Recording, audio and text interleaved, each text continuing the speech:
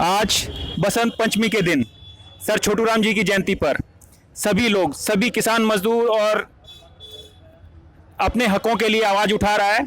और उसी के लिए हमारे पास भाई आए हैं चल के हमारे छिलर छिकारा खाप कुलासी 7 पे।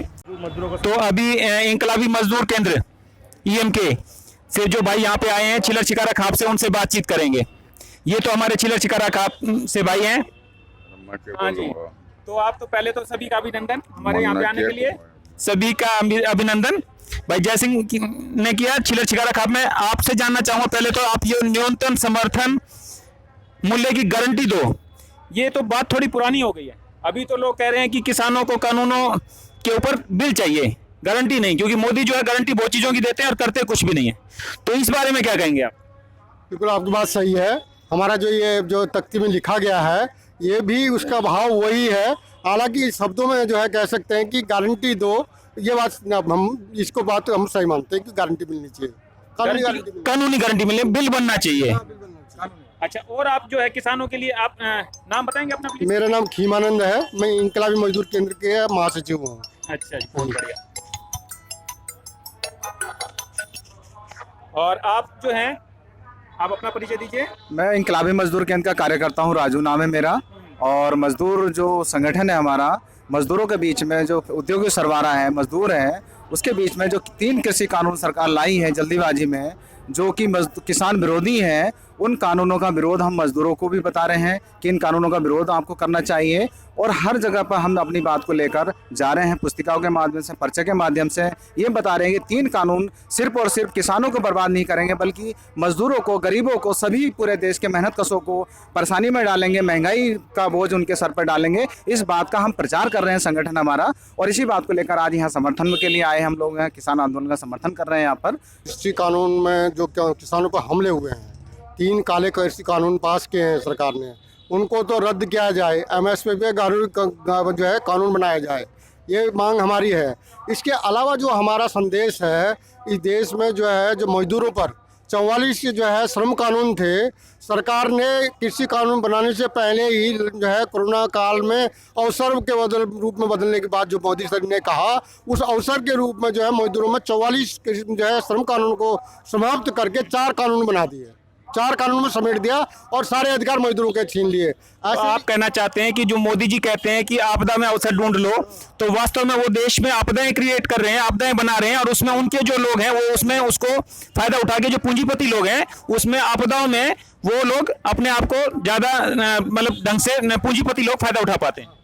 वो चाहते हैं कि ये जो आपदा है, जो कोरोना की आपदा आई, इसमें पूंजीपतियों के फायदे के लिए क्या कर सकते हैं, ताकि मजदूर तो जो है सारे लॉकडाउन में बंद हैं, किसान बंद हैं, तो ऐसे में अवसर लो, इस अवसर का फायदा उठाओ, सारे मजदूरों किसानों के अधिकार खत्म करो, ये अवसर पूंजीपतियों को दो, ताकि जो है मजदूर किसान अपने अपनी जगह पर डर में लॉकडाउन में जो है कर्फ्यू लगा दिया और जो है अवसर का फायदा उठा लिया।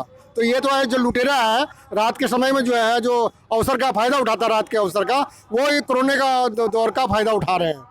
दूसरी बात इसके अलावा ये कहना चाहते हैं, जो है ये लड़ाई केवल किसानों की ही नहीं है, ये मजदूरों की भी लड़ाई है, ये आम गरीब की भी लोगों की भी लड़ाई है, ये जो है महिलाओं की भी लड़ाई है। छात्रों के बारे में आप बताइए कि जो है नए जो शिक्षा नीति ले आए, अवसर का ये शिक्षा क्षेत्र में भी अवसर का फायदा उठाया।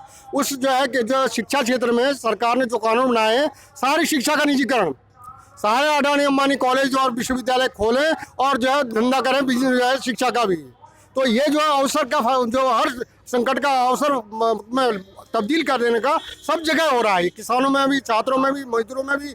और हम कह रहे हैं कि सबकी लड़ाई है, सब एकजुट हो जाओ। आज अनिल विज ने कहा कि जो भी लोग देश विरोधी गतिविधि कर रहे हैं उनके खिलाफ जो है उनको पूर्ण रूप से खत्म करना चाहिए। तो एक तरह से जो देश के, उन्होंने एक लोकतंत्र शब्द को तो नहीं डाला, क्योंकि देश में लोकतंत्र को जो खत्म कर रहे हैं, अगर उसमें डालते हैं तो इसमें मुख्य जो है हमारे जो पटल पे आ जाते हैं वो भाजपा ही आ जाती है, क्योंकि जो लोकतंत्र को खत्म करने का काम है वो भाजपा ही कर रही है, लोगों की आवाज खत्म कर रही है। और एक गुट बना करके जो खुला मंच था, जो खुली बात थी लोगों की, वो सामने ना आके उसको दबाया जा रहा है। इसके बारे में आप क्या कहना चाहेंगे? इसके बारे में ये कहूँगा कि मतलब ऐसा लगता है कि भाजपा, बीजेपी के पास कोई एक ऐसी मशीन है या बहुत कोई ऐसी मशीन है कि जिसमें जो आदमी भी आएगा वो पाक साफ हो जाएगा, वो जो है देशद्रोही नहीं होगा, वो जो है देश का हितैषी होगा। ऐसी कोई मशीन उन्होंने शायद बना ली है। अब बाकी सारी जनता जो है वो विद्रोही हो चुकी है, क्योंकि अभी अभी आपने पढ़ा होगा, उन्होंने जो है एक जो लड़की उसको बेंगलोर से उन्होंने गिरफ्तार किया, उस पर भी उन्होंने ये मुकदमा लगा दिया। हमारे जो संगठन के जो अध्यक्ष हैं उन पर भी उन्होंने ये लगाया था।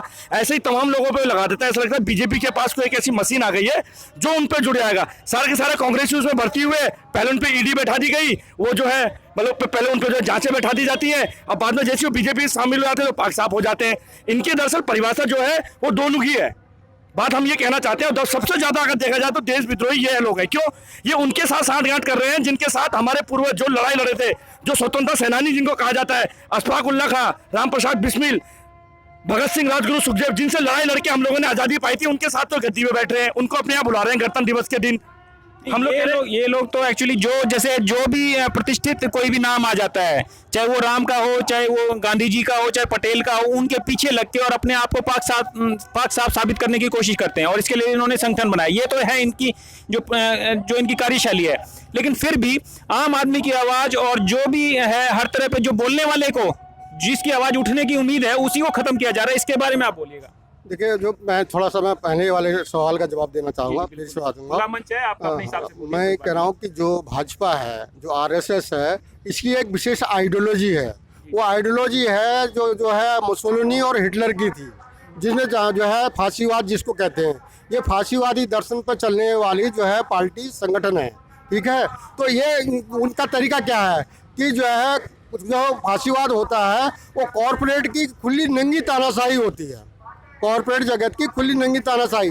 ये हमने जो है इटली में देखा, ये जर्मनी में देखा। इसी की आइडियोलॉजी पर जो है आरएसएस और उसकी पार्टी जो है बीजेपी चलती है। तो उसका यही है कि अब जो है सारे अधिकार छीन करके कॉरपोरेट के उसमें करना, हवाले करना सारे अधिकारों को। और अगर जनता आवाज़ उठाती है तो लाठी डंडा चलाना, लाठी डंडा चलाने के लिए देशद्रोही, खालिस्तानी, पाकिस्तानी, चाइनीज, इस तरह के जो है जिसमें जनता इन बातों में भावनात्मक बातें हैं जिसमें जनता मानती है हाँ ये जो कह रहा है शायद ऐसे ही होंगे। तो इसलिए जो है इसकी षड्यंत्र को समझने की जरूरत है। मजदूरों को, किसानों को, छात्रों को, महिलाओं को, सबको ये भाईसीवाद से तरीके से करना चाहते हैं। ये खुली तानाशाही आपको करेंगे। कल को आपको भी जो है आपका भी जो आप चैनल चला रहे हैं आपको भी इस बात में कहेंगे कि कई पत्रकारों को अंदर कर दिया, कई जो लोकतंत्र बचाने के लिए लड़ाई लड़ रहे हैं उनको अंदर कर दिया गया। तो आपका भी नंबर आ सकता है, उसमें हम लोग भी हैं। जो भी बोलने वाला है उस हर एक का नंबर आने वाला है, उस हर एक को बीच में लेने वाले हैं, क्योंकि बोलने वाले जमात को खत्म करने की ये कोशिश है, ताकि जनता का रहनुमा, जनता के मार्गदर्शन करने वाला, जनता को आगे का रास्ता दिखाने वाला कोई ना बचे। और इनकी जो है कॉर्पोरेट के लिए जो तरीके से नग्न तरीके से जो तानाशाही लागू करना चाहते हैं उसमें जो है कोई जो है सबके मुंह में ताले लग जाएं, ये चाहते हैं, ये करने जा रहे हैं। ये इस प्रक्रिया में आप देखें जो पूरे देश में दमन चल रहा है वो इसी प्रक्रिया का हिस्सा है। तो इसका मतलब ये है कि जो भी लोग कोई बोलने वाले आदमी है, चाहे वो कोई भी प्रचारक हैं, उनको या तो वो इसमें शामिल हो जाए, नहीं तो उनको खिलाफ कानूनी कार्रवाई या किसी तरह से उनको दबाया जाएगा, ऐसा आप कहना चाहते हैं? फांसीवादी एक आंदोलन है, जैसे तरीके से आप किसान आंदोलन है, वो फांसीवादी आंदोलन भी जो है वो उसी तरह चाहते कि या तो हमारे विचारधारा में वहाँ मिलाए या फिर जेल के अंदर जाए या गोली खाए। ठीक है जी, तो खुला मंच पे आप सभी का बहुत बहुत धन्यवाद। और आप सभी से अनुरोध है कि भाई चैनल को लाइक करें, सब्सक्राइब करें और बेल आइकन दबाएं, ताकि खुले मंच पे खुली आवाज़ आपके बीच में आती रहे। धन्यवाद।